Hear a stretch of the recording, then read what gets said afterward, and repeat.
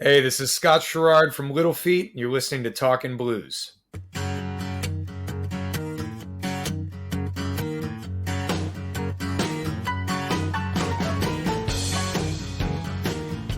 So, Scott, I want to ask you about your father because I think he's had a huge influence, and perhaps your mother as well, in you becoming a musician. Can you talk to a little bit about your dad, the musician that he was, and the person that he is? Yeah, well, I was raised in a very artistic household in Michigan. We moved around a lot, but I was born in Ann Arbor and raised in the Dearborn area and the suburbs around Detroit and Dearborn until I was about 8 or 9 years old.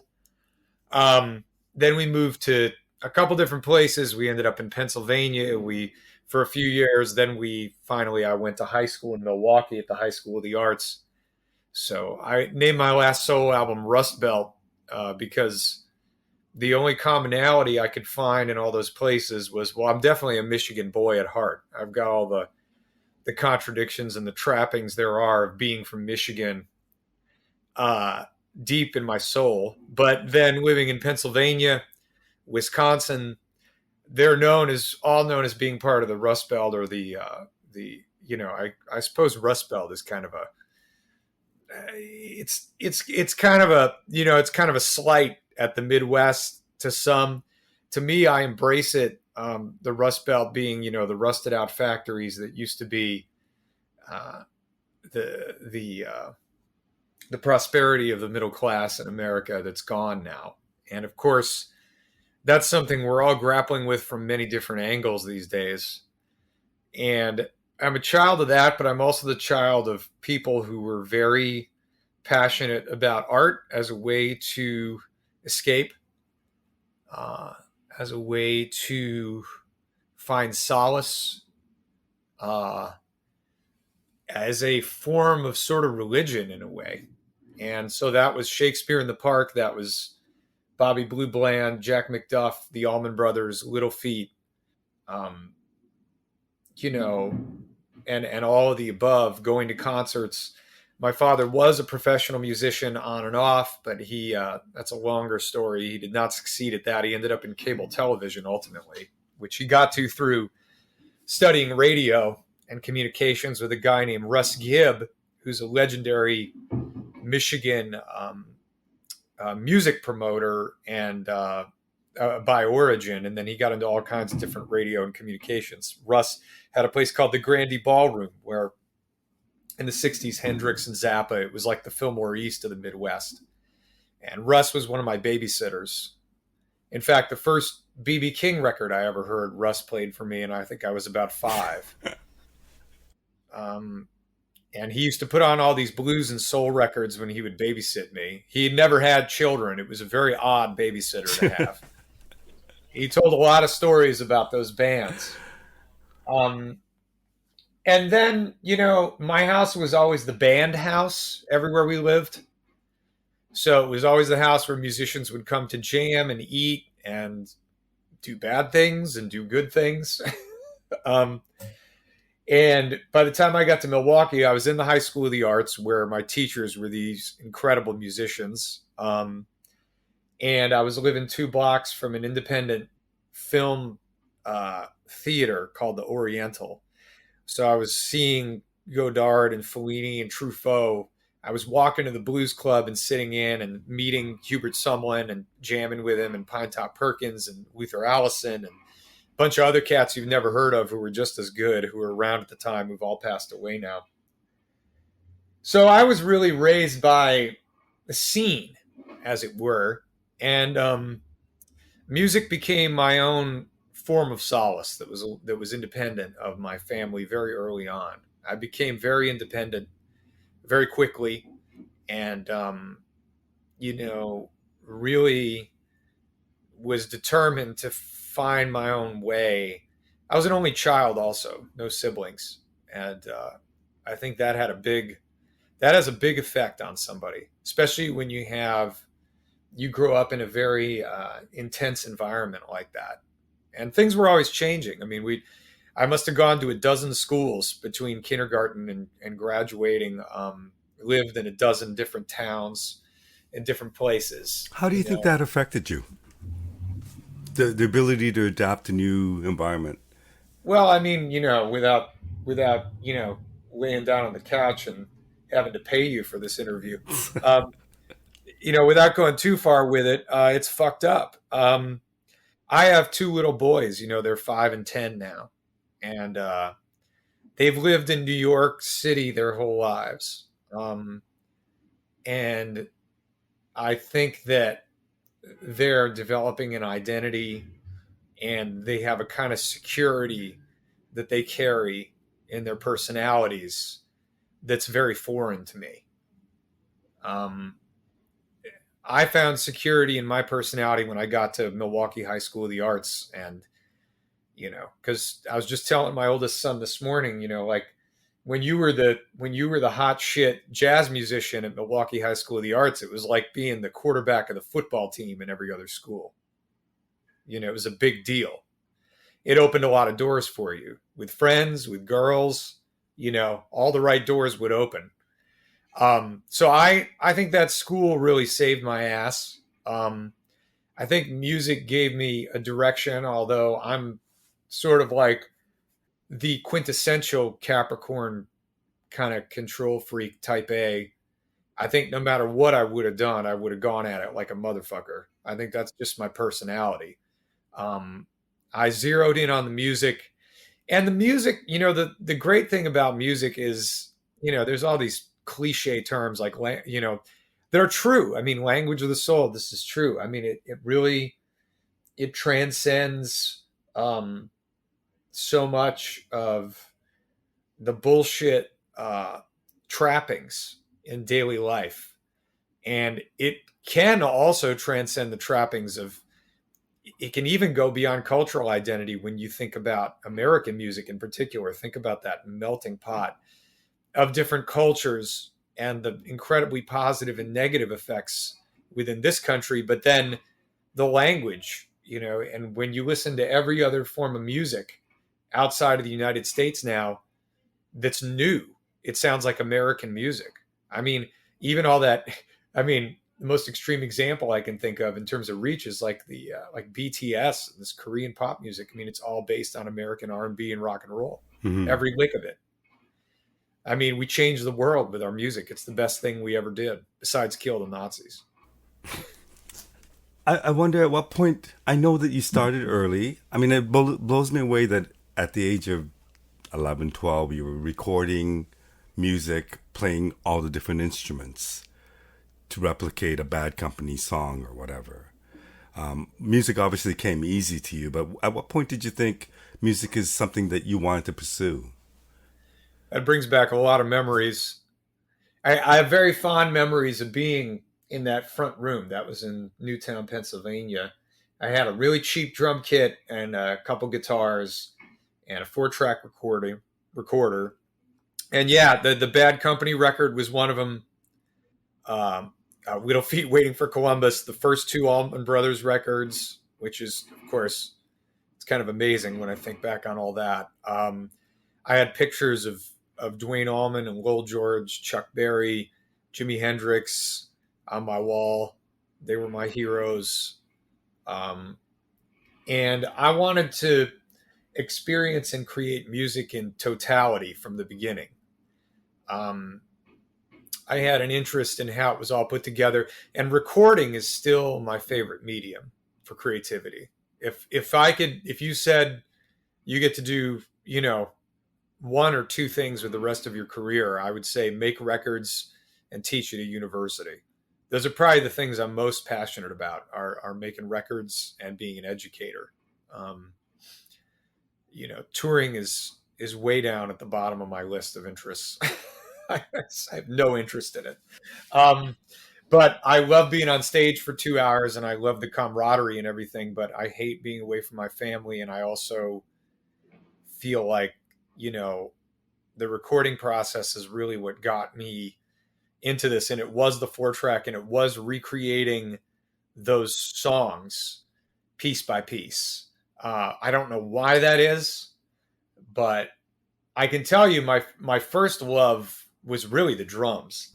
Really? But yeah, but the thing was is that it was such a pain in the ass to carry them around. And I'm going to be honest with you. When I wanted to meet girls, I'd see these. It's like the classic thing. I was going to a private school at the time, and you'd see the kids on the quad with an acoustic guitar, and they'd have all the girls in a semicircle around them.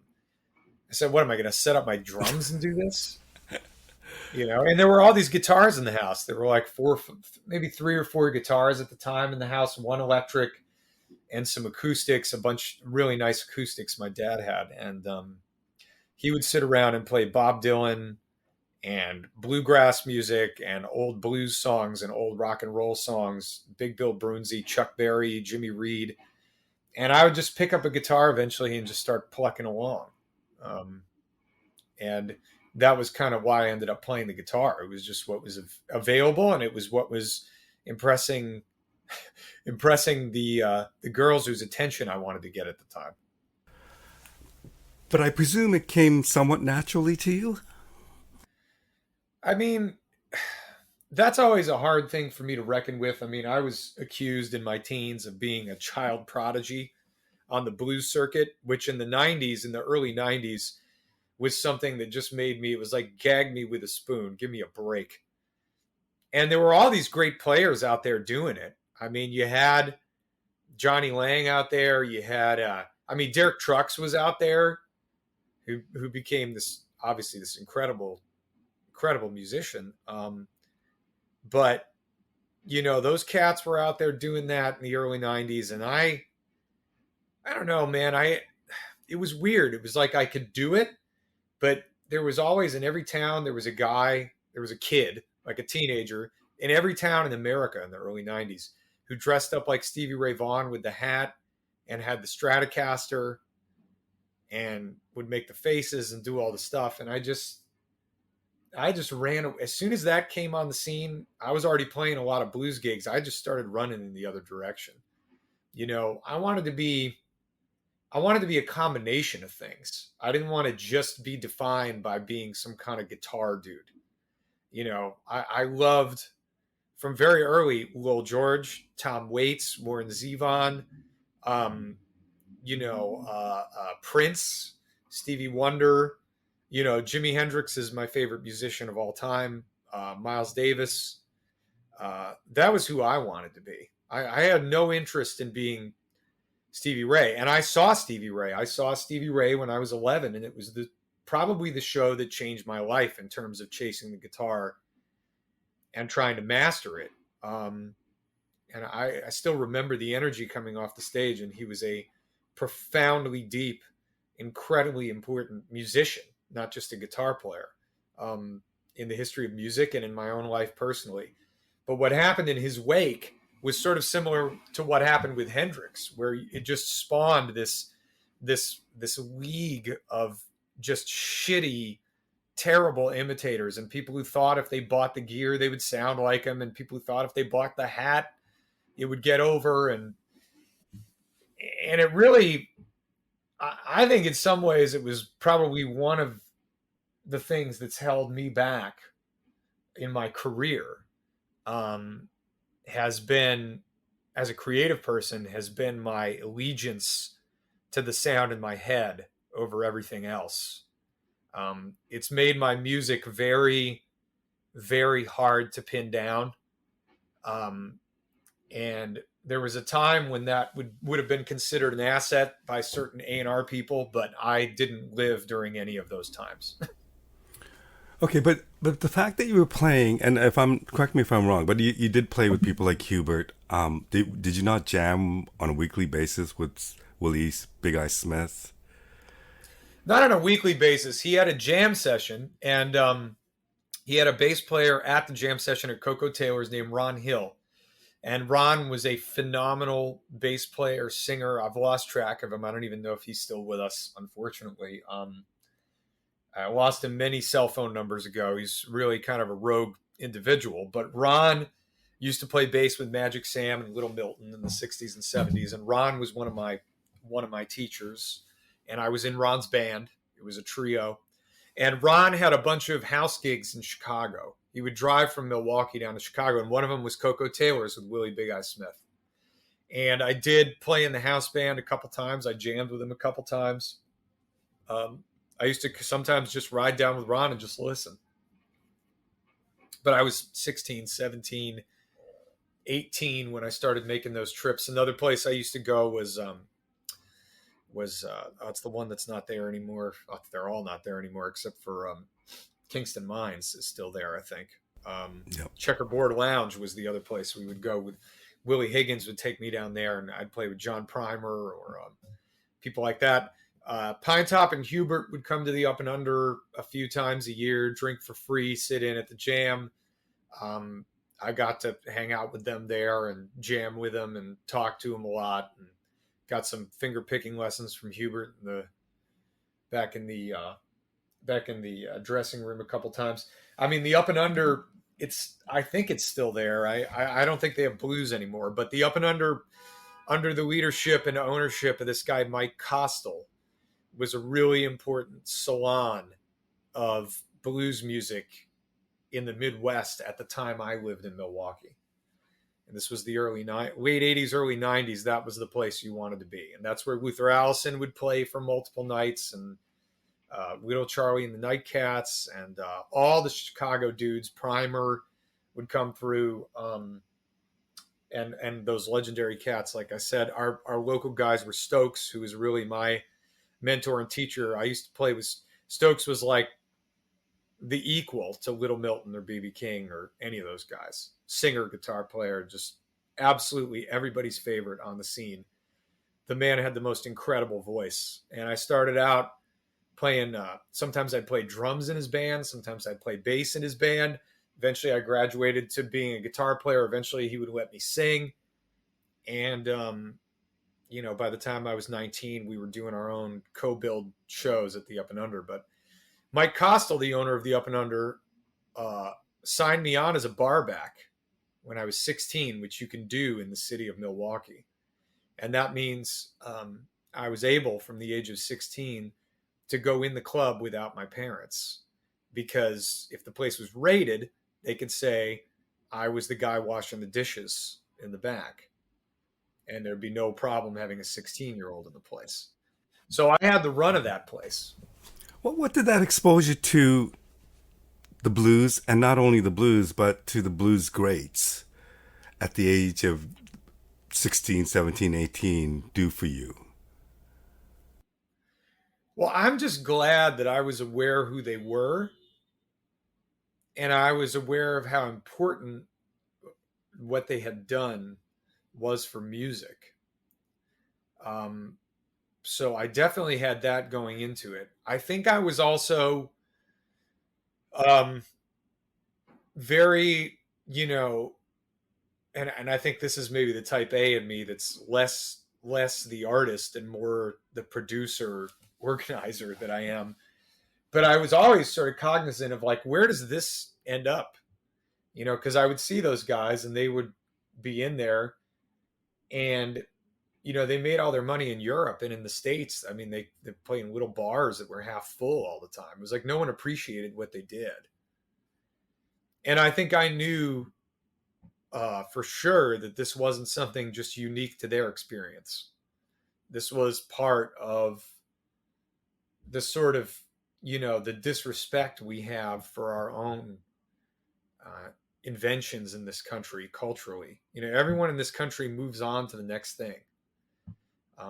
I live in New York City, so that's the capital of next thing, New York and LA, it's like tear it down, keep it moving, history doesn't matter. And I was definitely not of that mindset. I felt like the history that those guys embodied was as important as, Abraham Lincoln or Jackson Pollock. I kind of saw it all the same. So what does it do to you as a young musician seeing these greats barely getting by? Or in a more personal side, you saw your dad, who wanted to be a musician, give up music. I don't know if he gave it up, but who was a professional musician, not become a professional musician. Did that ever concern you as your pursuits for music? Yeah, I probably, in some respects, you could say I maybe should have been more concerned about that, considering what's happened to the profession. you know, at the time, like in that period in the early 90s, I mean, there was still this sort of the last wisp. It was that last wisp of artists on labels. And the ones who really affected my life, who put records out in the early 90s, were Chris Whitley, Jeff Buckley. Paul Weller was doing some amazing solo records at that time. And there were a host of other artists that I'm missing, but definitely, all these like the Allman Brothers and Little Feat were still putting out great records. Bonnie Raitt, they were all putting out great records, and they were new records, and they were signed to multiple album deals, and they were new sounds, and they were trying new things, and they were doing international tours to support them. That whole framework was still there. And then the 90s, between the record the corporate record companies completely missing the boat on monetizing music streaming to help everybody, and instead selling the farm and fucking the artists, which is the opposite, of course, to what film and television had to do because they actually have unions. Um, they fucked that up. They did the corporate record labels did the whole thing where there was a lot of consolidation. Warner Brothers and Sony started buying up all these small labels. They start firing people who sign artists. They want more NSYNCs. They want more Britney Spears, 99, 2000. They just fucked the fans at every turn. They fucked them on content. They fucked them on access to streaming as it became an emerging technology. They fucked them at every turn. And when you fuck over your customers over and over again, eventually your customers are going to say, you know what? I'm not even going to pay for this. What's the point? I can go directly to the artist. And of course, we've learned the hard way that if that's going to be the case, unfortunately, artists are very bad at monetizing things for themselves. And that's just a fact. And yeah, some of these artists are good at doing the influencer game and doing the YouTube clickbait, TikTok clickbait game, and they can still be artists. I mean, some artists who come to mind are like Jacob Collier or the band Knower. They make amazing music. They're incredible musicians. And another band is Wolfpack. And what they do is they make these originally it was viral videos on YouTube. Now I'm sure it's moved on to TikTok or maybe even something else. I can't keep up with all this shit. And they kind of figured out how to do this art medium, visual musical art medium with it. And I applaud that. I think it's amazing. Unfortunately, for me, I became very early on obsessed with the auditory experience of music. So when I make a record, I'm trying to make Dark Side of the Moon or Electric Ladyland. I want you to close your eyes and go into a world. I'm not a visual artist. I just don't have that gift. And I'm really happy for these artists who are. I mean, I suppose Prince, like with many things, he was way ahead of his time doing the Purple Rain film. If there's a Prince now, maybe it is Jacob Collier or someone like that who can master all the mediums at once. As a musician, how do you deal with that, with the industry changing? You bow out. You do what Leonard Bernstein did in the 50s and 60s, and you do what Wynton Marsalis did in the 80s and 90s. You codify the repertoire. You make yourself a plan to teach the repertoire. You make yourself a plan to perform the repertoire, and that gets us right up to speed. Because now, I mean, honestly, if you want to sell a few hundred tickets to 1,000 tickets, depending on who you can get, best thing you can do is play the music of the Grateful Dead. I mean, John Mayer was selling out Madison Square Garden. He ended up joining the Grateful Dead. I'm sure he didn't do that just because it was fun to play the music. I mean, I'm sure there was a financial calculation there as well. Um, the repertoire is more generally is more profitable than the creativity or the art, and that happened to classical music at the dawn of swing and the dawn of the record era. It happened to jazz music in the 80s when you had bands like Weather Report selling out stadiums. And then by the 80s, it just started to nosedive. And by the 90s, it became a cultural institution. And the same thing is happening right now as we speak. This week, I'm doing a rock camp for Relics with Phil Lesh, John Schofield, and Robert Randolph, and we're teaching for 4 days with those musicians. Now, I'm going to tell you something. I can't imagine in the 90s rock musicians doing something like that. There's a reason they're doing it. And it's cultural, but it's also business. Um, and that's the same thing for jazz and the same thing for classical. So the model already exists. How far do we go with it? Well, Jazz at Lincoln Center, I mean, really, Jazz at Lincoln Center has the only functional touring jazz big band in the world. And why? It's because they're all on salary and they teach all year. And then they tour, I think, mostly just in the summers and mostly overseas. They spend the rest of the year educating musicians to do the same thing. Um, that's where we're going, and I'm hoping to deepen my reach in the field of education because I'm extremely passionate about it. Um, and I do think there's a lot of value in it. And there are a lot of new artists coming out right now who I think are fucking great. There's this guy Sam Fender I just got turned on to a few weeks ago. He's just absolutely blown my mind. Maggie Rogers, who went to school here at NYU at the Clive Davis Institute, and she's got an incredible couple of records out. And she's a product of the new, the Clive Davis Institute is one of the best examples of this new. Questlove is a teacher there, and Bob Power, and people who are, if it was the 70s, would Questlove be teaching at the Clive Davis Institute? Probably not. He probably wouldn't be playing on late night TV either. He'd probably be playing, drums with, if he was still alive, Jimi Hendrix or Stevie Wonder or something like that. He'd be producing records for Atlantic. He'd be a staff producer at Atlantic, producing artist after artist. He wouldn't be teaching.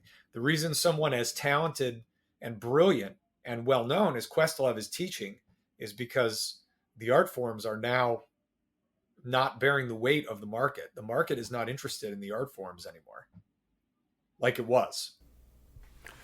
Well, how do you deal with that? I mean, when you create, educate, you do the same thing Yo-Yo Ma does. Is what he do? What Yo-Yo Ma does. It's no different than what I do for a living. I mean, the only difference you could argue, if you wanted to bridge this a little bit farther, is that arguably, with the cello, the best thing you can do are the Bach cello suites, in my opinion. There's a lot of great stuff. The Brahms stuff is great. I mean, and Yo-Yo Ma has done so much to expand the reach of the cello, obviously. But let's just get back to what would really, I think, would sell the most tickets for him is if he did the cello suites again. And it's like, he didn't write it. He's hundreds and hundreds of years from even interacting with Bach. I mean, the one advantage I have in what I do is I have some interaction with my heroes. My decade with Greg Allman, my time now with Little Feat, the few times I got to record and perform with Levon Helm. There's a long list for me, Buddy Miles, when I was a kid, of these musicians who shaped me. And it's kind of like, sometimes I say, it's like I get to go into the sunflower field with Van Gogh and set up the easel, and I see exactly how he mixes the paints, and he even lets me paint one every once in a while in the bottom corner. That's kind of been my station. And honestly, I see people like Leonard Bernstein and Wynton Marsalis, and I feel like they had the same station. When you look at, with Bernstein, having interactions with the great classical composers of the era who were the last gasp, and then with Wynton having the last gasp as well, getting to Wynton actually getting to know and be mentored by someone like Clark Terry or Billy Taylor, all these other great player educators, and Cedar Walton, and all that. So I think that's basically my station as a musician. I'm obviously not comparing my reach to those people, or my abilities for that matter. I mean, I think they're both brilliant educators. I aspire to what they accomplished. That doesn't mean I'm going to get to it, but I think aspiring to that is not only more realistic, but I think it is essential to the survival of the American music art forms. Because honestly, I see a lot of people now who play rock star on TV who are my age, and it's just not going to happen. They're just not going to make. They're not going to make Axis Bold as Love. They're not going to make Sergeant Pepper. It's just not going to happen. You know, for my age group, the Gen Xers. What is you mentioned working with Little Feat? You mentioned working with Greg Allman. What is it about you that has given you those opportunities? I mean, I find it interesting that in both cases, if I'm not mistaken, you had an audition. I'm not even sure if Little Feat was an audition. You were asked to fill in, and you got the gig. I think. With Greg Allman, I think somebody tried to get you an audition. You played with the Allman Brothers band, and you connected with Greg. In both cases, I mean, it seems like a very high pressure audition gig, and obviously you nailed it. But what is it about you that got you those positions? Do you think? Wow, it's a good question. Luck. Uh, so there's a timing and luck thing. Knowing the right people, doing the right $50 gigs.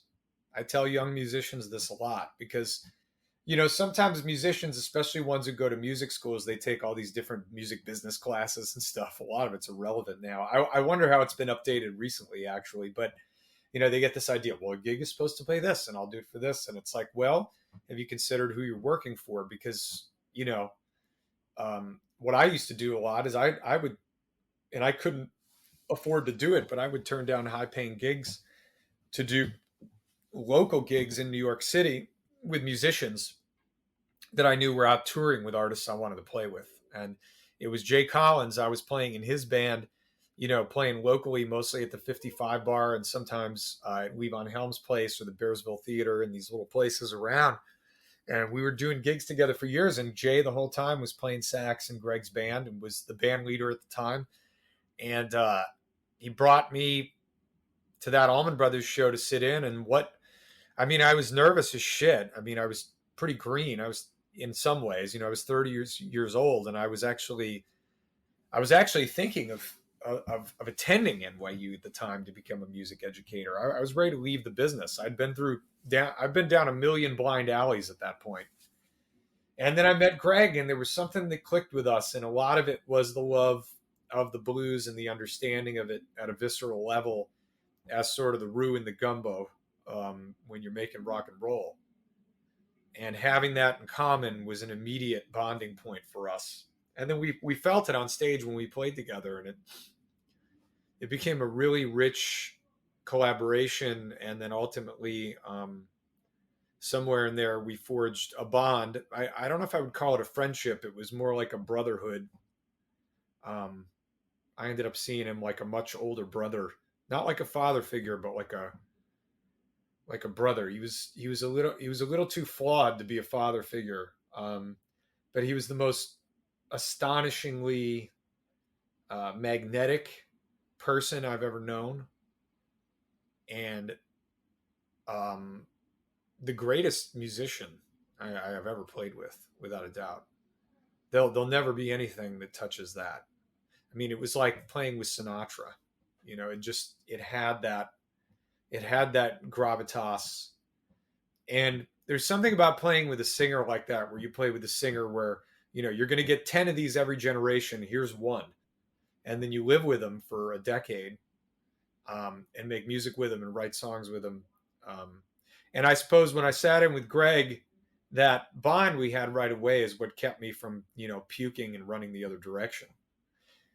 We held on to that. You know, it was immediate. It was some kind of kismet. Him and I don't know. We were just meant to meet at that time. And the same thing with Little Feat. Larry and Teresa were out there doing all these gigs with him. Paul was at home sick. And then all of a sudden, Larry and Teresa couldn't do two gigs.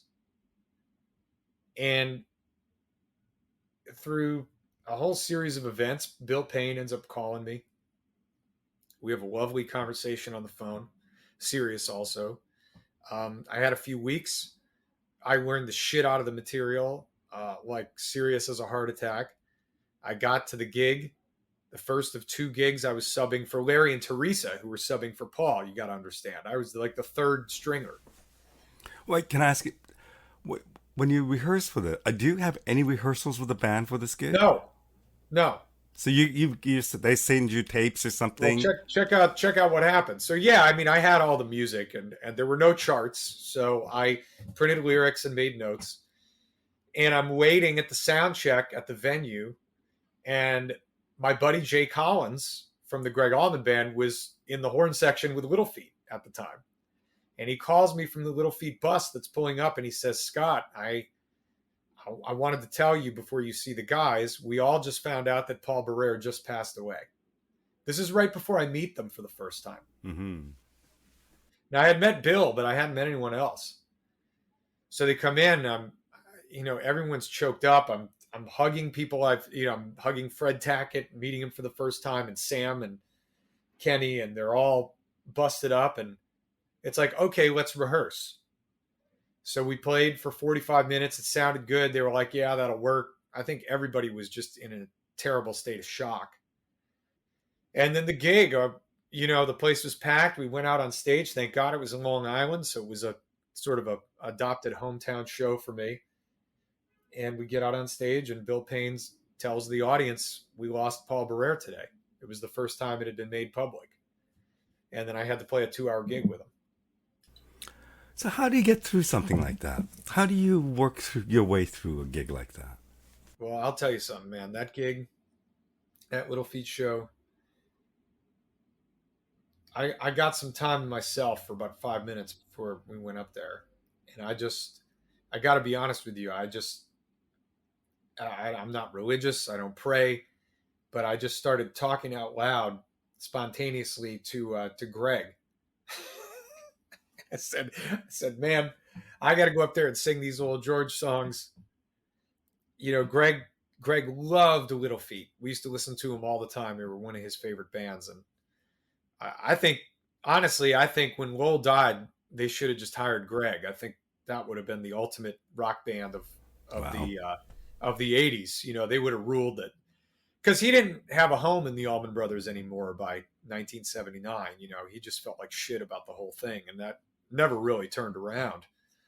That's why he loved his solo band so much. But I think I carry some, I think about my grandparents. That's my mom's parents. My grandfather was a big force in my life. He was a real male role model for me. And he passed away from a heart attack when I was about 10 suddenly. I think about people like that. I think about Levon, also to an extent, about what I saw him go through with battling cancer and doing shows. And I think about that generation. I think about these previous generations.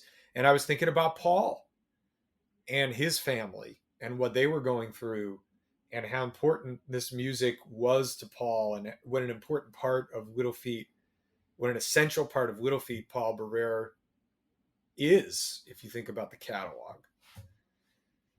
And I marshaled as much of that as I could, and I went on stage. And ever since Greg passed away, I've thought about him, and every time I go on stage, and when I found out Greg was going to die, I was playing with another mentor that I was going to lose within a year of this show, was Bill Sims, the legendary New York blues artist. It was May of 2017. I was playing the Dylan Festival with Bill Sims, and I had my phone on the amplifier. We had just gotten done checking the instruments, and we had a huge crowd of people in front of us on the lawn. This is out in New Jersey. And my phone was sitting on my amplifier, and I was turning around to put it in airplane mode. And as I was getting up to turn around, I looked, and there were people crying around the front of the stage. And I went and I looked at my phone, and I had a text message from Mark Quinones, and he said, we've lost Greg. He's gone to be with his brother and his mom. And I just put my phone on airplane mode, and I turned around, and Bill Sims started playing the first song. And it was we were playing all Bob Dylan songs, and it was "Girl from the North Country." So we started with like this ballad, and man, I tell you, I'm glad I have my sunglasses on. I just started bawling, and I was thinking about him, and it was just this fucking beautiful day in May. The sun was up, and there were all these people on this hill, and Bill was just such an important force as a singer and a guitar player, and we would find out he had pancreatic cancer soon after that, and then I lost him our whole scene. We lost him a couple years later, and I think ever since that day, every time I go on stage, I always think about Greg, and it's not always it's not always serious either. We had a million laughs. Like whenever I dream about Greg, which isn't often, but it happens like several times a year. We're always on a gig. We're backstage somewhere, and we're just laughing about something every time. Um, we had a lot of fun, but that energy. Music is energy, and people like that, like Bill Sims, Greg Allman, the kind of energy that they put out into the world, it lives way beyond them. And if you stand next to that and you collaborate with that and try to make harmony with that as often as I was fortunate to, you end up taking a piece of it with you. How does that energy happen? Like, what is Uh, it about Greg that he had that? Pain. Um, and then that that throat, man. I don't know the shape of his throat and his mouth. I don't know what. It's a combination of the luck of having the instrument that he naturally possessed that resonated in his skull, and then transferring all of that pain and anguish and loss that he experienced into the music. And it's like, instead of somebody who goes to therapy twice a week, or perhaps goes to church every day, or belongs to a community to cope, or is close to their family to cope. Someone like Greg, he became closer to the music and to musicians and the road and all the trappings of success. He used all of that as his, for better, for worse, for better for us, for the art, probably for worse for him inside. He used all that as his solace. When you were around someone like that, I mean, the road was inseparable from his soul. It was who he was. I'm not that person at all. Like I was saying to you before about the road. I mean, performing live, I love it once I'm up there, but I never felt about it the way Greg did at all. He would have stayed out there forever. If we go back to that moment when you joined Greg's band, and I know you've been playing a lot, you've done a lot of gigs and small and big gigs, but when you play with the Greg Allman Band, it's a notch above what I presume you were used to, if not a few levels above. How was that a transition for you? Did you fit in very easily? Is there a big difference between what you were doing to what you're now doing with Greg Allman? I mean, I basically, yeah. I mean, I had kind of getting the gig with Greg kind of led to a lot of tumult in my own thing, because I was kind of, when I was in 2008 when that happened, I was kind of getting used to the idea of like just staying around home and being with my wife and having kids and like just digging into it. Like I'd kind of given up on the whole thing in a way. I had Wow. one foot out, and he got me back in, and it was an incredible experience. But and I'm so thankful for how it all worked out. Eventually, of course, as I was telling you earlier, I ended up having two boys with my wife, and we've weathered a lot of storms in this business together since that time when I took the gig. Um, it was a big sacrifice. It's a big sacrifice to be in a rock band and try to really do it.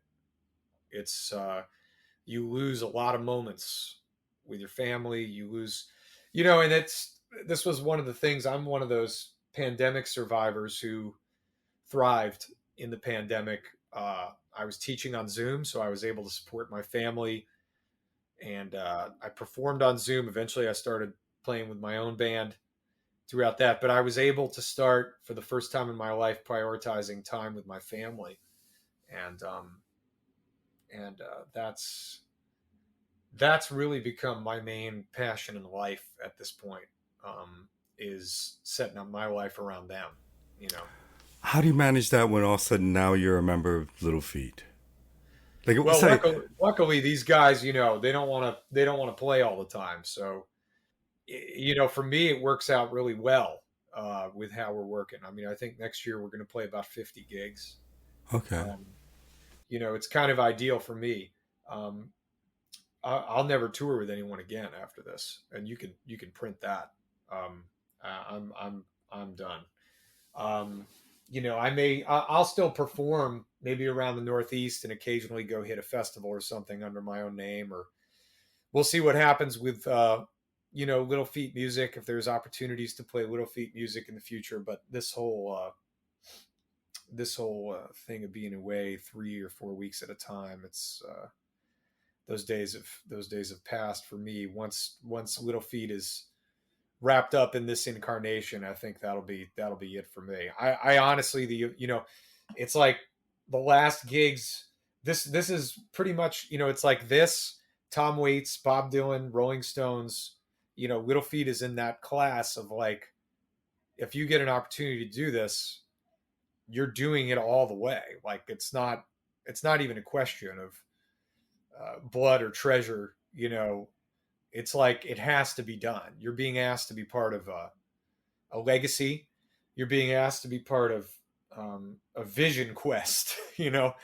Um, Playing guitar with anyone else would be completely pointless to me, outside of that list I just gave you.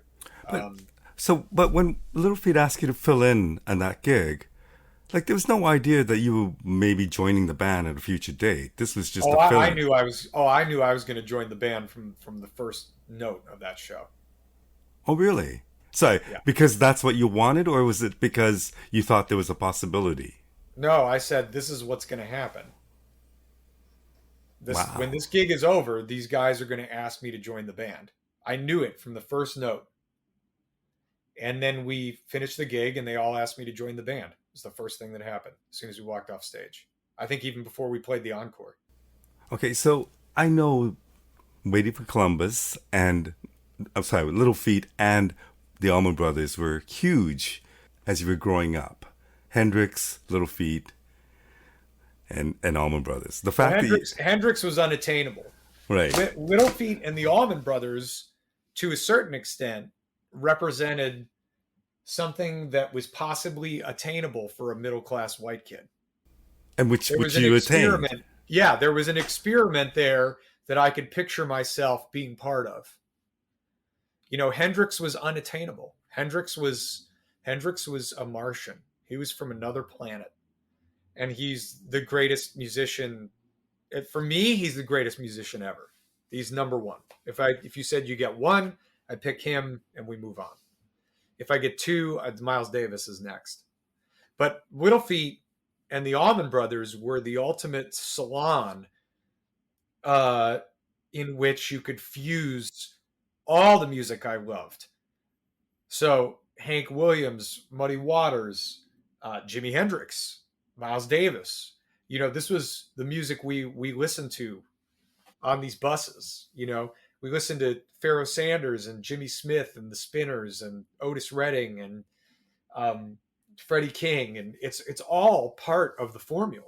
There's no rules, and those bands, they represented this limitless search, and that's rock and roll as its best. It's a melting pot, you know, where you can't even really pin one style on any great rock band. Okay, so the fact that you had this dream that they were attainable, and you obviously attained that, like it's pretty amazing that you grew up idolizing these bands, and now you're in both cases you were kind of part of those bands. I don't know if you see it that way. I do. I mean, I see it as an incredible privilege, um, in terms of, and I also see it as a reward for my hard work. And then if I if I was to think a little more critically about it and think about why did this happen to me, it's because there were no A&R people left. I mean, I would have been, Ahmet Ertegun discovered me when I was 22 years old. He tried to help me get a career, and he told me everything that was going to happen. He's like, these idiots in these corporate record labels, they're not going to do anything for you. We're not going to be able to get money. If this was the 60s, I'd give you a 5 album deal. He tried to help me, but he said, look, you're not of the time, and it's going to get worse. I'm talking about, uh, what was it, 99 or 2000 when I met with Ahmet the first time. I mean, it's gotten so much. He's like, it's going to get so much worse. And he was right. And he's the guy, Ahmet Ertegun is the guy who told me, learn to write better, learn to sing better, learn to play better, learn to teach. He's the guy who told me to do all that. He's like, this whole thing is fucking going under for people like you. See, He nailed it. and I don't know when I hear your vocals, and I think what a great singer, but I don't know if you get the credit for your singing. Well, thanks, man. I mean, it's not for a lack of trying with the voice. I've worked really hard on it. I have an amazing vocal coach now for 22 years named Greg Drew here in New York, who I credit with really helping me to get my technique to the point where I can get what's in my head. Because my very early, the first singers I tried to imitate were Lil George and Greg Allman, Steve Winwood, um, and then eventually I got the guts to start messing around with Ray Charles and Sam Cooke, and then that got me to Stevie Wonder and eventually Donny Hathaway, who to me, Donny is kind of like the penultimate. Him and Marvin Gaye, I think, are the two penultimate virtuoso singers in American music history. Sam Cooke, you got to put in there too, I guess, just in terms of what they can cover. Um, and I kind of worked my way up to them. And then in my early 20s, I put in a lot of time singing with those records and singing those songs on gigs. And then I put in a lot of time working with Greg Drew eventually on like getting my range up. And I was really, I've worked hard on it. I take it as seriously as I do playing the guitar or writing songs. I mean, they're all equal to me. Those are my three focuses, in terms of output, is like songwriting, guitar playing, singing. They've got to all be on point. So now, being part of Little Feat, I know that I've heard that maybe there's a possibility of a new recording. How do you approach that as a musician? Do you write just because you're inspired to write music, or do you write for either solo project or Little Feat? Well, I mean, it's a good question. I think you know, I have a lot of solo output. I mean, I've made 6 solo albums. They're all streaming online. The most recent one, as I said before, is Rust Belt, which I put out last year. And I do think, like like every artist, it's like their most recent work. But I do think it is my best work in terms of uh, the songwriting. in particular. In terms of the execution and the recording, you know, it has its moments, but I think for songwriting, it's easily my best record. Um, I've written a few songs already for Little Feat, and it definitely is a specific head. It's very difficult to write for a legacy band like this. The only hope I have is when I think about Warren Haynes with the Allman Brothers on the Seven Turns record, or when I think about Craig Fuller with Little Feat on Let It Roll. I feel like those guys, Craig and Warren, really added very important songs to those legacy catalogs at the time. I'm hoping we can get a few more in there. I don't know if I'm going to write them or Bill's going to write them or Fred or Tony or Kenny or Sam for that matter. But it's going to come from the six of us, and we've got a lot of material to go through. We've all been writing a lot. And I think, hell, why not? You know, we gotta have something. And I think, you know, I think the guys are playing, they're playing is at its, I think they're all at the apex of their careers right now in terms of their musicality. Kenny, Bill, Fred, and Sam are playing shit they've never played before every night. If you come see us, they are fucking really digging deep. So for Tony and I, as you know, the young bucks in the band, at 53 and 45, you know, we're so inspired by these guys, man. I don't really see how it's possible for us to not do a record. You know, it's a band right now. It's a very inspired group of people who go on stage and see eye to eye and have open lines of communication and open lines of creativity. I mean, a record is inevitable in that situation. So, you know, as that kid who grew up listening to Waiting for Columbus, and now you just finished a short tour playing those songs. Well, I'll just, to be clear, our contractual obligation to Waiting for Columbus is not over until December 21st. But yes, Okay. we got 3 more All weeks. right. So, but as that kid who was growing up, in case anyone hears this and they think we're done, we're not. In December, we're doing this big tour. All right. So, but you toured on that album, all year, and an album you grew up with, and that you probably cop licks from that you learned off the played along with. What is it like to sit up there, go on stage, and play that album with that band? Well, first of all, it's almost impossible because that album was never performed front to back, except for the, you know, what Fish did it at the Garden, and I think Little Feat actually did it in the early aughts somewhere one time I've heard about. But the Waiting for Columbus album has a lot of vocal and guitar overdubs on it, like a ton. So you're not really listening to very many live Will George or Paul Barrere vocals. But you can say that about most albums, live albums of that era, right?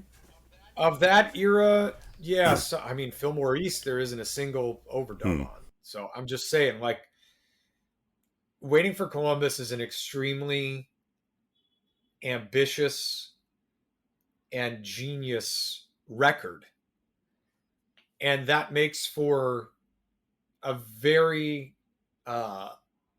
challenging live experience. But we have risen to the challenge night after night. And it's the hardest thing for me has been like, you know, I would never, the vocal pacing of it, you know, starting every night with All That You Dream is like a nightmare for a singer night after night.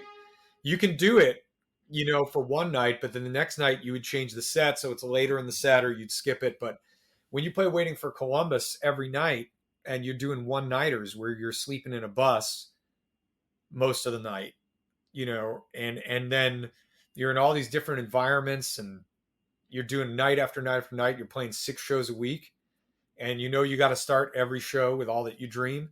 Yeah, it fucking sucks sometimes. But do you get to enjoy it? Of course. Once you're out there doing it, it's like the greatest thing ever. But, you know, I do a lot to stay in shape on the road, and both for my voice and my body. And you just approach it like an athlete, doing that album every night. And I think we've been kicking ass. I've been loving every second of it, even when it's been ridiculously challenging. It's been very, very, very rewarding, and I've learned so much by having to do that album every night. To be honest with you, it's been a huge learning experience for me.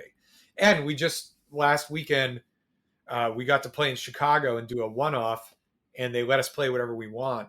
And the band was like a caged animal. It was unbelievable. It was an amazing show. It was like the best show we've played in a year. Wow. Yeah, because we could play anything we wanted, so we played all this stuff from all throughout the band's career and mixed it up, and everybody's chops are just way up from having to do the Waiting for Columbus album. It is very challenging. Scott, I should wrap this up. I just want to finish with one final question. When you look back at this amazing journey, what do you think? Like from that, you know, teenage kid recording his own albums or recreating albums to the guy who actually recorded the first couple albums, recording most of the stuff on your own, to where you are today. How do you look at that journey? Well, I mean, it's again, it kind of comes back to that axis of preparation and timing. Um, I'm just somebody who went through life, and their preparation and timing lined up just the right way a couple times in their career. Um, the thing I'm most proud of in my life is my family, my kids, and my marriage. Um, that's what I was looking for when I was a child playing music. I was looking for them, and I was using music as a kind of as a form of practice and religion to find my way to clarity. And that's the thing is you can keep up that practice and you can revisit it, but really the achievement that I have found is the family that I have. I think that's what I was always searching for. And in a way, not even in a way, in actuality, music is what brought me to them. I mean, the first time I met my wife, she was 20 years old and couldn't get in a bar in New York. And one of her friends asked me to go let her in the back door at a bar I was playing at. You know, I mean, how many people does that happen to anymore, even now with people dating on apps and shit? I was very lucky to have this kind of organic existence come together. And I paid my dues like a motherfucker, man.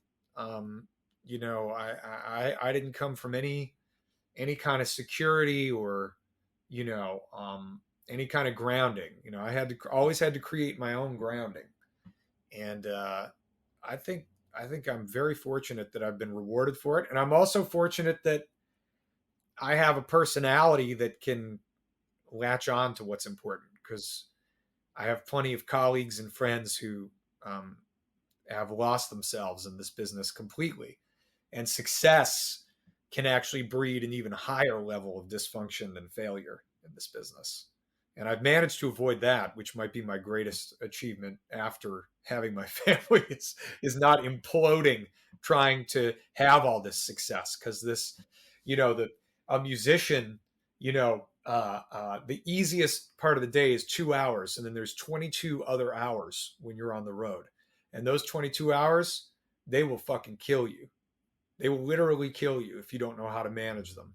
And I do, thank God. So I feel very fortunate about that. And I feel fortunate that I have lived to understand the balance of it all. In the end, it is just music, you know. But what a powerful thing. I mean, it's the most important way we have to communicate our inner emotions, and it's one of the most powerful ways for us to tell our stories. Um, and that's why it's my passion in life, and I'm lucky to have my career and my passion be the same thing.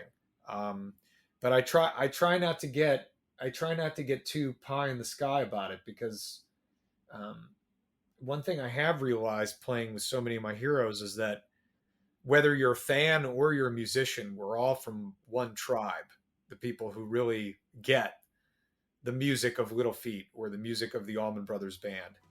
They're a special tribe. I mean, those bands are, you know, the Grateful Dead and the Beatles, okay, they're like everybody's bands, right?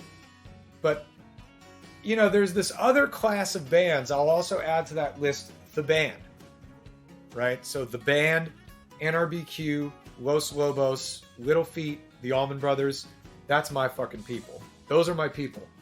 Everyone I've met from those bands, all the music I've heard, it's immediate. It's like I am in a family with the fans of those bands and the bands themselves. They're just a community that's been so important to me, and that's really one of the most positive things you can get out of this is understanding that ecosystem, how it works, respecting it, contributing to it, however you can. It's a great thing, man. It's you know, it's the greatest thing about, to me, the greatest thing about being an American is the music. Well said. Scott, thank you so much for doing this. I really appreciate it. Thanks for having me, man. It was a great conversation.